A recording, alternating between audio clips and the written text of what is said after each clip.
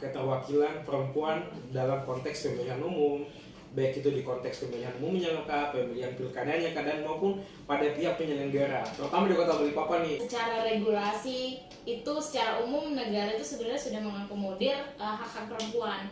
Nah, kalau misalnya kita tarik ke kondisi penyelenggara pemilu, khususnya kalau penyelenggara pemilu itu kan ada tiga Ada ya. tiga benar. Ada Bawaslu, KPU, dan DKPP.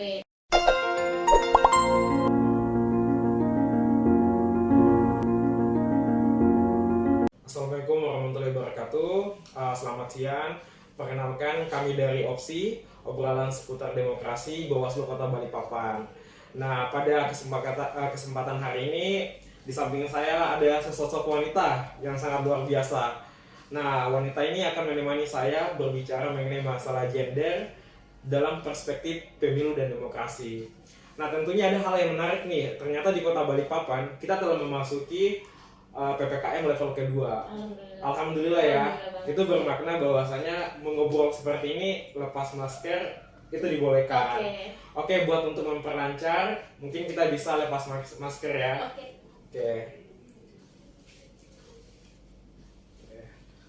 Ya, terima kasih.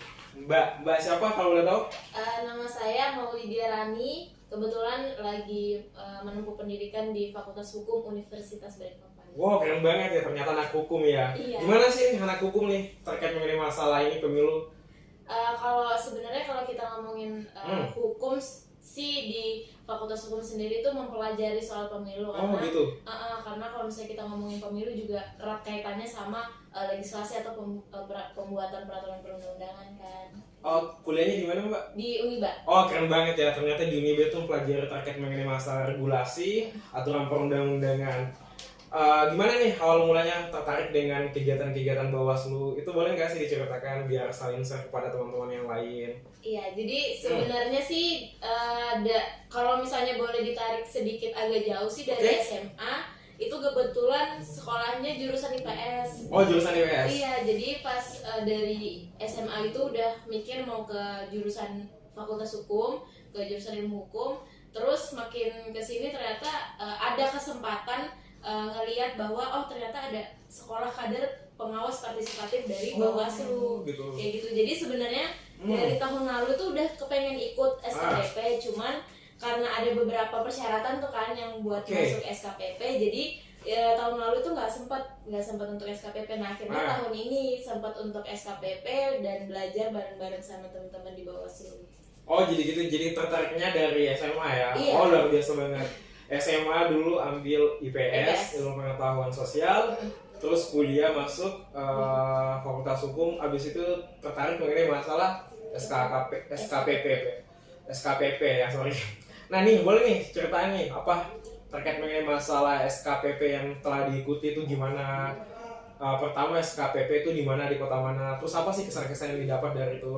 Oke, jadi kalau saya sendiri sih kemarin kebetulan karena dari Kota Balikpapan. Oh, dari Kota Balikpapan. Jadi ikutnya di SKPP Kota Balikpapan. Nah, cuman kemarin itu karena mungkin Balikpapan waktu bulan Agustus itu masih PPKM level 4. Jadi belum level 2. Nah, karena masih level 4 itu benar-benar masih lockdown, ibaratnya kayak lockdown tuh benar-benar pembatasan jam 8 malam. Nah, jam 8 malam tuh udah nggak boleh ada kegiatan dan lain-lain. Jadinya ditunda sampai sekitar awal September.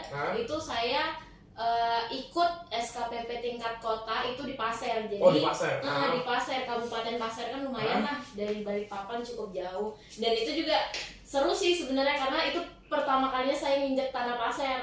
Pertama kali? Iya, jadi kayak ternyata nggak terlalu jauh tapi asik juga. Nah, pas SKPP di Pasir itu kebetulan ada 3 kabupaten dan kota, kalau nggak salah ada Kota Balikpapan, Penajam Pasir Utara, sama Pasir. Gitu.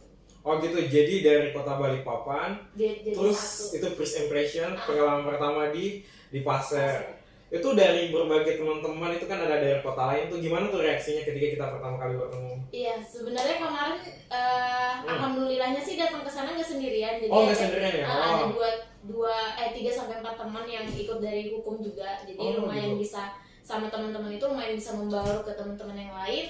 Terus juga ada teman-teman yang memang nggak satu fakultas hukum tapi sama-sama organisasi Cipayung kayak gitu. Jadi gitu. ada yang dari teman-teman STT Migas juga, ada yang dari teman-teman apa ya kemarin, banyak lah pokoknya kalau untuk dari lingkup Balikpapan. Nah terus kebetulan kemarin itu dari konsep skema agenda SKPP di Pasir itu seru banget. Jadi Seru banget ya? jadi kita itu kayak dijadikan per kelompok supaya kita bisa membaur satu sama lain, jadi enak lah untuk ngobrolnya kayak gitu. Oh jadi itu satu kelompok gitu ya, atau beberapa kelompok atau gimana? Banyak sih kelompoknya, ada sekitar 5 kelompok, dan Itu itu dikelompokkan campur. berdasarkan apa tuh, kelompok organisasi Enggak, atau gimana? dia campur kayak random gitu, mix, jadi kita langsung berbaur gitu. Oh jadi berbaur gitu ya? Iya, jadi seru banget sih. Jadi seru banget ya agenda Bawaslu ya. Ya respect lah buat Bawaslu yang telah membuat agenda SKPP. Iya, bagus banget sih. Bagus banget, dan uniknya lagi SKPP ini tidak diadakan di satu kota. Diadakan di satu kota tapi pesertanya ada dari berbagai kota. Misalnya kemarin di Pasir. Di Pasir itu diikuti oleh dari kota Kota Balikpapan, Balikpapan, PPU, sama Pasir. Kota Balikpapan, PPU dan Pasir. Nih ngomong-ngomong terkait mengenai masalah SKPP yang pertama. Menurut kamu hal yang paling berkesan deh, selain mengenai masalah kelompok udah dibentuk, bertemu dengan teman-teman Cipayung, bertemu dengan teman-teman yang beda alma mater kan, itu kan selain daripada itu ada nggak sih hal yang menurut kamu teringat-ingat, oh dulu tuh aku SKPP di Pasir nih kayak gini nih, ada nggak? Sebenarnya karena lebih banyak, kalau dari saya pribadi sih lebih berkesan yang pas kelompok itu sih, karena kelompok ya? Iya, karena seru banget. Jujur yang pas di Pasir itu walaupun banyak apa ya, teman-teman banyak dinamikanya, tapi dinamika dalam arti yang seru gitu, kita untuk gitu. have fun kayak gitu. Jadi walaupun kita adu debat, kita adu argumentasi dan lain-lain, tapi ujung-ujungnya kita saling ketawa. Jadi itu yang menurut saya paling berkesan, dan silaturahminya dapat banget deh kayak gitu. Oh gitu. Boleh nggak cerita terkait mengenai masalah dinamikanya di Pasir itu? Misalnya pada saat presentasi ada nggak sih momen-momen yang dimana dinamikanya itu ini deh yang paling berkesan? Iya, jadi kan kalau misalnya di SKPP tingkat dasar kemarin yang di Pasir, kebetulan kita tuh setiap ada materi biasanya ada diskusi kelompok nih. Oh, diskusi kelompoknya. Nah habis diskusi kelompok kita langsung presentasi ini, diskusi hasil kelompok kita kayak mana. Nah terus kelompok lain boleh menanggapi. Nah dari situ kita jadi yang kayak, oh ternyata ada pemikiran-pemikiran yang berbeda dari kelompok lain. Baru kita bisa saut-sautan, tapi lucu juga akhirnya. Jadi dari situ kita bisa kenal-kenalan kayak gitu. Oh jadi pada saat pembagian kelompok terus saling saut-sautan di situ deh dinamikanya ya. Dan dinamikanya. Nah kalau gini nih, itu kan terkait mengenai masalah dinamika di dalam forum ya. Nah ini dari materi nih, di antara sekian banyak materi, apalagi sebagai mahasiswa hukum, terus backgroundnya dulu sekolahnya di fakultas bagian IPS, jurusan ya apa? Iya, jurusan IPS. Ada nggak sih materi-materi yang dimana mbaknya ini, Mbak Rani itu, oh ini keren banget deh, ini aku tertarik banget dengan materi ini. Iya, sebenarnya kalau berarti materi yang paling menarik buat saya ya. Kalau dari saya sih materi yang menarik sebenarnya pas di hari pertama dan hari kedua itu kalau nggak salah masih ngomongin soal demokrasi. Oh, demokrasi ya. Karena kalau menurut saya demokrasi itu bicara demokrasi itu luas banget, dan luas banget. Baru entah kenapa itu sangat menarik di kacamata saya, karena kita bisa ngomongin soal idealnya demokrasi itu seperti apa, baru kita juga bisa menilik atau mengkritisi keadaan negara hari ini seperti apa. Jadi di situ tuh kayak yang paling challenging lah, paling tertantang buat yang kita ngomongin demokrasi nih, ini. Terus juga turunannya dari demokrasi itu kalau nggak salah ada ngomongin kesetaraan gender sama disabilitas dalam pemilihan. Nah itu juga menurut saya menarik banget sih, khususnya bagi saya yang juga kaum perempuan lagi. Jadi kegiatannya itu ada sampai 3 hari ya? Iya, 3 hari. Oh itu menarik banget ya, dan respect buat Bawaslu yang telah membuat agenda yang seperti ini. Itu SKPP itu tingkat pertama ya? Iya, itu tingkat dasar. Oh tingkat dasar. Setelah itu ada nggak tingkatnya yang lebih expert setelah tingkat dasar yang kemarin? Alhamdulillah sih ada, dan kalau nggak salah itu ada sampai tingkat nasional. Oh tingkat nasional ada? Jadi ada kayak 3 jenjang gitu. Nah kemarin alhamdulillah saya dari Kota Balikpapan itu terseleksi untuk Terseleksi. untuk mengikuti Oh. kesempatan di SKPP tingkat menengah. Itu satu provinsi Kaltim kayak gitu. Luar biasa banget ya. Udah berjuang ke pasar pertama kali, terus berdinamika secara kelompok, terus lanjut lagi ke tingkat provinsi. Menarik nih di tingkat provinsi. Untuk kita bahas atau saling sharing aja. Di tingkat provinsi itu gimana sih? Suasananya beda nggak dengan tingkat yang pertama, tingkat dasar? Tingkat dasar, iya. Atau suasananya sama aja atau gimana tuh? Iya, jadi kalau boleh jujur sih lebih seru yang di tingkat menengah. Lebih seru lagi. Iya. Berarti makin naik itu makin seru ya? Iya, hype, suasananya itu kekeluargaan antar pesertanya itu dapat banget gitu. Lebih dapat banget. Kalau misalnya di tingkat gitu. dasar itu mungkin kita masih ada jiwa-jiwa kontestasinya untuk ayo kita harus naik ke tingkat menengah, tapi gitu. entah kenapa pas di tingkat menengah ini nggak terlalu kelihatan kita harus berkompetisi untuk naik ke nasional, malah yang kita ngerasa kayak kita harus membawa nama provinsi Kaltim untuk bagaimana supaya kita sama-sama bisa ke nasional kayak gitu deh. Jadi hal yang menarik itu ibarat kata rasa kekeluargaannya ya. Dimana kalau SKPP yang pertama itu ada keinginan untuk kontestasi, terus kalau yang menengah ini lebih kepada bagaimana membangun Kaltim ya apa? Provinsi. Provinsi luar biasa banget. Terus pada saat di menengah ini nih, ada nggak sih hal-hal yang berbeda entah itu dari segi materi kah atau dari segi suasananya kah, yang dimana tuh nggak ada di SKPP dasar, ada nggak? Sebenarnya kurang lebih sama aja. Sama aja ya? Konsep skema agendanya sama aja, cuman ya itu karena mungkin sudah tingkatan menengah, jadi materi yang dibawakan tuh sangat terasa lebih berat gitu. Terasa lebih berat. Tapi tetap maksudnya beratnya itu secara substantif, tapi dalam kondisi atmosfer di ruangan itu masih enak. Masih enak. Iya, jadi karena pembawaan fasilitator dari teman-teman Bawaslu juga itu masih bagus banget lah, masih kayak ngobrolnya itu kayak masih bukan peserta sih, bukan kayak guru ke murid, tapi kayak kita sama-sama diskusi nih kayak gitu, tapi substansi yang dibawain itu bagus lah untuk materinya. Bagus ya. Jadi ini buat fasilitator dari Bawaslu kalian luar biasa karena mereka berhasil membangun chemistry antara pemateri dengan peserta, bahwasanya kita ini bukan antara guru dan murid. Gitu ya. Nah tadi tuh menarik nih Mbak. Tadi Mbak Rani mengatakan bahwasanya materinya itu ada yang rada-rada berat, sangat berat malahan mungkin ya.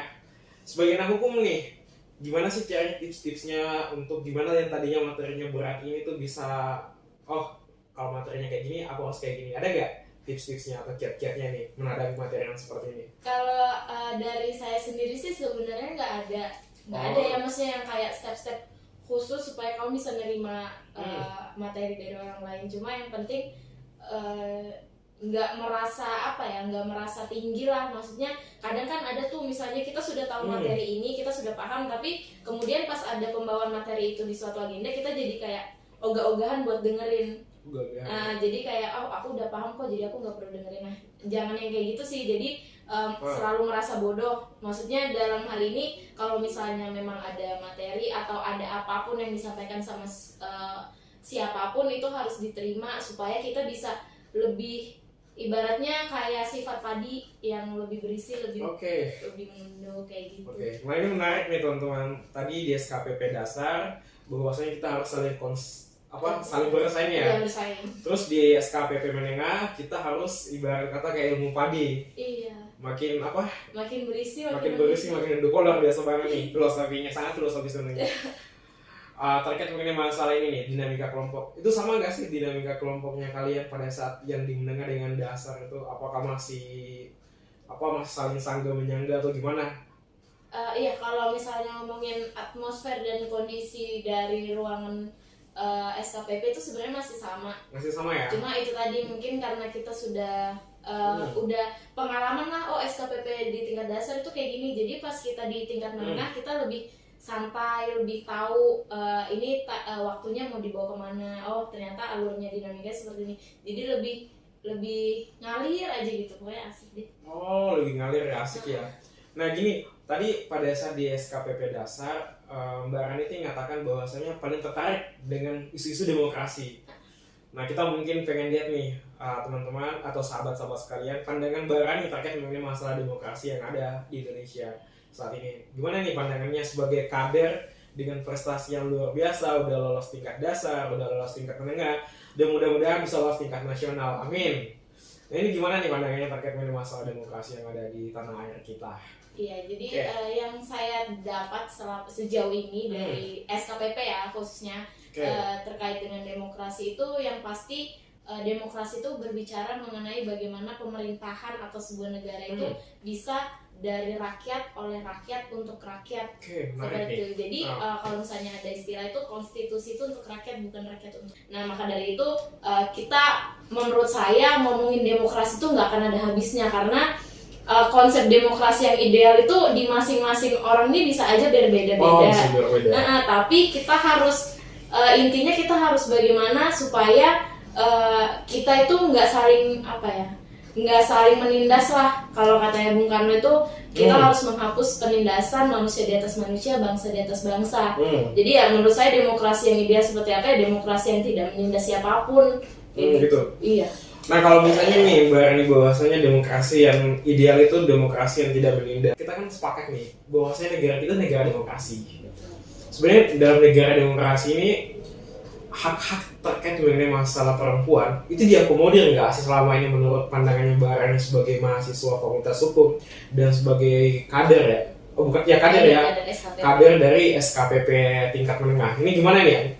Benar nggak sih demokrasi itu merangkul nilai-nilai perempuan atau gimana? Iya. Sebenarnya kalau kita ngomongin regulasi itu cukup rumit ya Bu. Rumit banget ya. Karena mungkin ada kemudian istilah-istilah yang muncul kayak hukum itu tajam ke bawah atau ke atas, kemudian jadi kemudian banyak masyarakat yang skeptis terhadap orang-orang hukum bahkan produk-produk hukum itu sendiri karena mereka pikir ya hukum itu nggak akan bisa melindungi. Kalau misalnya saya nggak punya uang, saya nggak akan terlindungi oleh negara. Saya nggak punya modal, saya nggak cantik, saya nggak akan bisa terlindungi oleh hukum itu sendiri. Nah padahal enggak juga ya. Iya, kalau saya sih percaya mungkin karena saya orang hukum atau bagaimana, tapi menurut saya pada dasarnya hukum itu pasti dibuat untuk niatan yang baik. Iya kan. Hukum itu untuk pembuatan hukum atau peraturan sendiri itu kan banyak sekali kayak tinjauan yuridis, filosofis, sosiologis. Maksudnya kita kalau ngomongin hukum itu nggak yang langsung saya mau punya kepentingan ini langsung disahkan sama DPR sama presiden, nggak yang kayak gitu. Harus ada FGD, partisipasi publik dan lain-lain, harusnya kan seperti itu. Nah artinya hukum itu sebenarnya baik. Nah dan berkaitan sama tadi pertanyaannya Bung Zul terkait dengan apakah negara hari ini sebenarnya sudah mengakomodir perempuan, hak-hak perempuan dalam berbangsa dan bernegara, sebenarnya sudah ya. Iya. Yang paling dasar itu mungkin kita bisa lihat di Pancasila sih. Keadilan sosial bagi seluruh rakyat Indonesia itu menurut saya sudah yang seharusnya bisa menjadi landasan kita untuk tidak mendiskriminasikan siapapun, baik itu laki-laki, baik itu perempuan, baik dia orang kaya, dia orang miskin, dia mungkin dia disabilitas, dia apapun itu, kita sama-sama manusia gitu. Apa yang membuat kita kemudian merasa tinggi untuk mendiskriminasikan atau memandang rendah manusia yang lain. Nah, dan itu yang pertama yang paling dasar sebenarnya dari Pancasila itu udah mengakomodir bagaimana kita untuk bersikap adil ke sesama manusia. Terus juga di Undang-Undang Dasar 1945 itu sebenarnya di pasal 28 yang A, B, C, D, E itu yang banyak banget itu sebenarnya semua sudah terakomodir juga bagaimana setiap warga negara itu berhak untuk mendapatkan kesempatan yang sama baik dari pekerjaan dan lain-lain. Itu sebenarnya sudah ada di Undang-Undang 1945. Terus ke bawah-bawahnya itu banyak sekali konvensi-konvensi internasional kayak penghapusan diskriminasi terhadap perempuan, kemudian ICCPR. ICCPR itu International Covenant of Political and Civil ICCPR.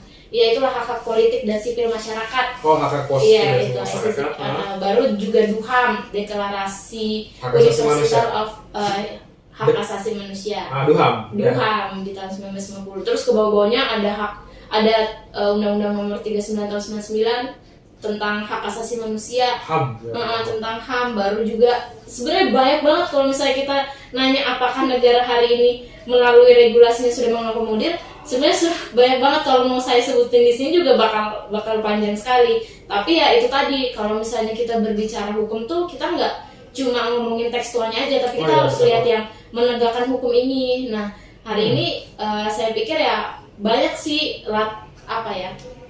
banyak latar belakang yang banyak hal-hal yang melatar belakangi kondisi hari ini kenapa perempuan di negara kita khususnya di Indonesia itu untuk meraih hak-hak yang sama atau setara dengan kaum laki-laki itu agak sulit kayak gitu. Jadi kalau pertanyaannya apakah sudah mengakomodir, sebenarnya sudah.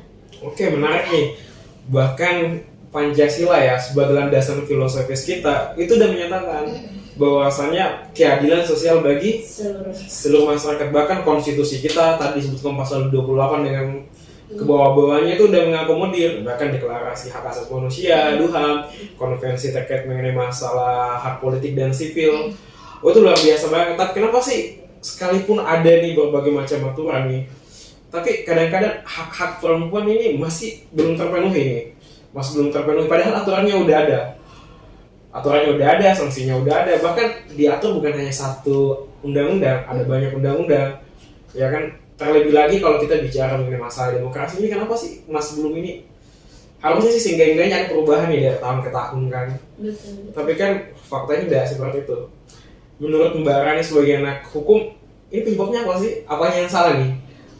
Apakah penegaknya? Kalau penegaknya iya, di mananya kok sampai segitunya padahal aturannya udah banyak, itu gimana? Iya, jadi kalau menurut kacamata saya ya, pribadi. Jadi santai aja Mbak, jadi kita di sini udah menyalahkan. Iya betul, jadi takutnya nanti mungkin kalau teman-teman yang di sini bisa cek and recheck lagi di Google dan data-data yang lebih akurat, nanti bisa kita diskusi sama-sama juga kan. Jadi kalau menurut kacamata saya, kenapa kemudian hari ini kaum perempuan atau teman-teman perempuan itu lebih sulit untuk mendapatkan kesempatan yang sama, hak yang setara dengan kaum laki-laki, itu banyak sekali sih sebenarnya di pikiran saya, cuma saya jadi bingung mau ngomong yang mana. Jadi yang paling vital deh, iya, yang paling ibarat kata paling berpengaruh, paling besar kontribusinya apa tuh? Iya, jadi kalau misalnya kita bisa ngasih corong nih, yang mungkin yang paling atas ini adalah budaya patriarki kali ya Bu. Oh, gitu. Jadi kalau kita ngomongin patriarki ini kan sebuah konsep ekonomi politik ekonomi atau politik sosial yang lebih menempatkan laki-laki itu lebih tinggi daripada perempuan. Maksudnya laki-laki itu dianggap lebih spesial dan lebih memiliki kapasitas dan kapabilitas yang lebih besar daripada perempuan. Gitu. Itu yang saya tahu dari konsep sistem patriarki itu sendiri. Nah, sistem patriarki ini kemudian jadinya mensubordinasikan kaum perempuan dan memarginalisasi kaum perempuan. Artinya apa? Subordinasi artinya kaum perempuan ini dianggap jadi kelas nomor 2 kan, karena apa-apa misalnya paling kecil deh, contoh di kelas kayak gitu, pasti yang ditunjuk untuk jadi ketua kelas yang laki-laki duluan. Terus kalau misalnya di perusahaan untuk jadi pemimpin atau komisioner apapun itu, mungkin yang ditunjuk laki-laki duluan kayak gitu. Nah jadi karena selalu kesempatan ini selalu diberikan lebih awal ke laki-laki, akhirnya perempuan menjadi kelas manusia nomor 2. Dipinggirkan dulu. Nah kemudian muncullah kemudian istilah marginalisasi, artinya perempuan ini terpinggirkan dari sosial masyarakat itu sendiri. Kenapa saya bisa bilang dipinggirkan? Karena rentetan yang tadi, karena kemudian ada silakan laki-laki dulu, yang mana yang imam, kadang gitu kan, laki-laki dulu, nanti perempuannya nanti aja, perempuannya ini aja. Nah gitu. Karena dari situ akhirnya perempuan jadi termarginalisasi dari masyarakat dan atau terpinggirkan dari masyarakat.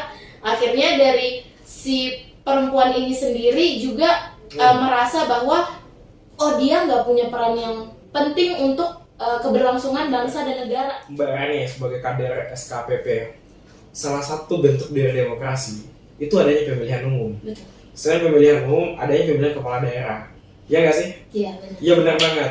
Nah, gimana nih keikutsertaannya atau partisipasinya perempuan dalam agenda demokrasi yang kayak seperti pemilu, pilkada, kesetaraan gendernya gimana? Karena kalau kita ngelihat pemimpin-pemimpin yang ada di kita saat ini atau pemimpin kita yang ada di Indonesia saat ini itu terlalu patriarki nih. Gimana nih tanggapannya nih? Ya jadi simpel aja sih kalau menurut saya. Sebenarnya lagi-lagi di regulasi kita tuh udah ngatur bagaimana keterwakilan perempuan itu minimal satu partai politik tuh memiliki 30%. Jadi dari satu Mbak 30%. Oh, keterwakilan. Iya, keterwakilan. Gitu. Jadi kalau misalnya dia nggak punya sama sekali kader perempuan di dalam partai politik itu, dia nggak akan bisa untuk mencalonkan. Nah, ibaratnya kayak gitu.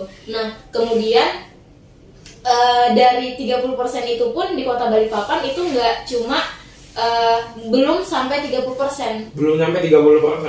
Nah, terakhir data yang saya tahu kemarin sempat mau ngangkat ini juga untuk skripsi bagaimana keterwakilan perempuan di partai politik. Partai politik. Jadi di data yang saya dapat tuh di Balikpapan tuh masih sekitar 14 sampai 17% dari 30%. Nah, jadi sebenarnya bagaimana perempuan hari ini apakah sudah mengambil peran atau tidak, menurut saya belum gitu. Belum karena sebenarnya agak complicated juga sih, agak rumit juga kalau misalnya kita ngomongin bagaimana perempuan harus mengambil peran karena di satu kondisi regulasi negara dan lain-lain itu sebenarnya sudah menyediakan kesempatan yang sama. Ini loh perempuan bisa loh kesini, kalian bisa loh kesini, kalian bisa loh kesini. Ibaratnya kesempatan itu udah dibuka lebar banget dan luas banget, tapi masih banyak teman-teman perempuan yang nggak ngambil kesempatan itu. Jadi mereka yang kayak malah mikirnya ya itu tadi, karena mungkin kita secara historis dari dari maksudnya budaya patriarki ini udah terbangun berabad-abad sampai hari ini. Jadi akhirnya kita merasa kayaknya perempuan kalaupun perempuan ada di pejabat-pejabat di kursi-kursi pejabat itu, di kursi-kursi pemegang kebijakan itu, suara perempuan juga nggak akan bisa didengar oleh baik itu di forum, baik itu di forum apapun lah. Perempuan kadang suara perempuan itu dianggap sebagai suara nomor 2 juga. Suara nomor 2 juga? Iya, nah jadi gitu. Agak gimana ya, kalau misalnya itu yang pertama mungkin kondisi bagaimana sebenarnya negara itu udah memberikan kesempatan yang luas, tapi perempuannya yang nggak mau ngambil kesempatan itu. Tapi ada juga mungkin satu kondisi yang bisa saya lemparkan juga, mungkin kalau misalnya di sini ada petinggi-petinggi negara gitu kan, kenapa kemudian perempuan hari ini banyak yang skeptis terhadap kursi-kursi pemegang kebijakan dan lain-lain. Kenapa perempuan banyak yang skeptis bahkan apatis terhadap politik? Karena itu tadi, karena budaya patriarki yang sudah bertahun-tahun ada di lingkungan kita, yang perempuan itu udahlah nggak usah mikirin kuliah tinggi-tinggi, nggak usah mikirin pendidikan, nggak usah mikirin politik.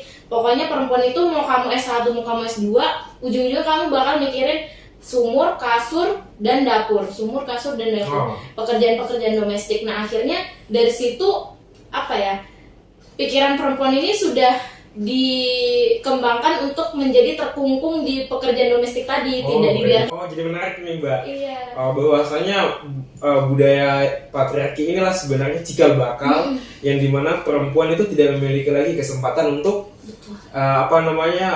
kesempatan untuk berkarya di konteks ketatanegaraan. Itu hal yang sangat luar biasa nih, Mbak, di podcast Bawaslu hari ini di opsi obrolan seputar demokrasi yang dipelopori atau diselenggarakan oleh Bawaslu Kota Balikpapan.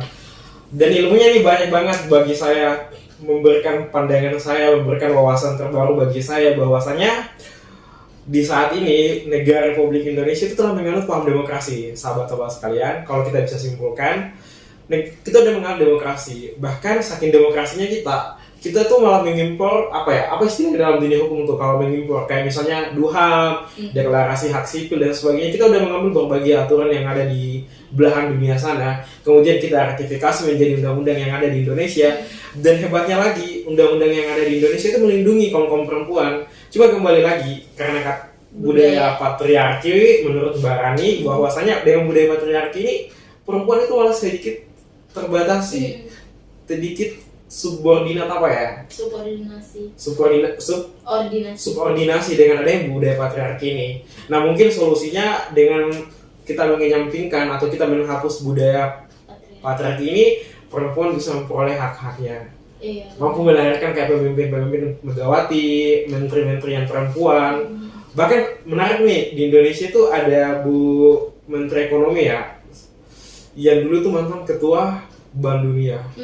Luar biasa banget. Artinya di Indonesia perempuan itu bisa banget ya kan nih. Ya, sebagai alumni kader sekolah kader pengawasan partisipatif, mulai dari tingkat dasar bahkan tingkat menengah, apa nih harapannya ke depan bagi demokrasi yang ada di Indonesia?